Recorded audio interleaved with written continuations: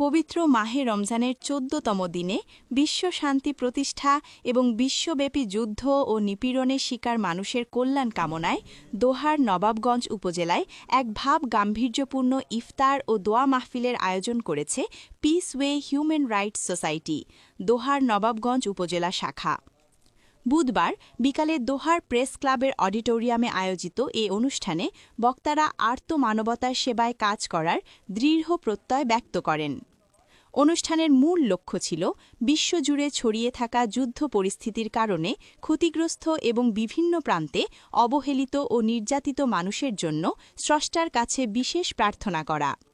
উপস্থিত সকলে যুদ্ধবিধ্বস্ত বিশ্বের শান্তি ও মানবিকতা পুনরুদ্ধারের জন্য একাত্মতা প্রকাশ করেন। পিসওয়ে Human Rights Society Dohar Nawabganj উপজেলা শাখার সভাপতি বীর মুক্তিযোদ্ধা ইব্রাহিম খলিল সবুজের সভাপতিত্বে অনুষ্ঠিত এই দোয়া মাহফিলে প্রধান অতিথি ছিলেন দোহার প্রেস ক্লাবের সভাপতি ও পিসওয়ে হিউম্যান রাইটস সোসাইটির দোহার নবাবগঞ্জ উপজেলা শাখার প্রধান উপদেষ্টা তারেক রাজীব।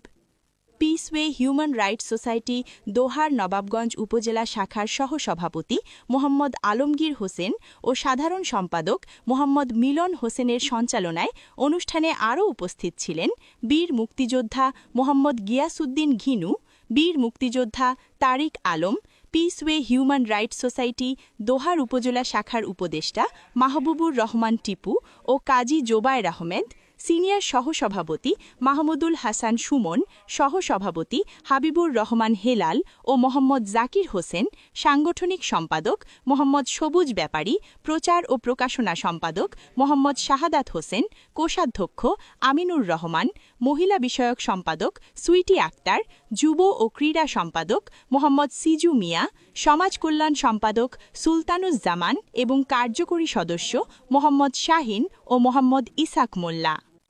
আরও উপস্থিত ছিলেন বিশিষ্ট সমাজসেবক রুহুল আমিন, দোহার প্রেস ক্লাবের যুগ্ম আহ্বায়ক আবু নাইম মোহাম্মদ তাইমিয়া, কোষাধ্যক্ষ শরীফ হাসান, ক্রীড়া সম্পাদক মোহাম্মদ আল আমিন হোসেন, কার্যকরী সদস্য শেখ সোহেল রানা, মোহাম্মদ সাইফুল ইসলাম, সদস্য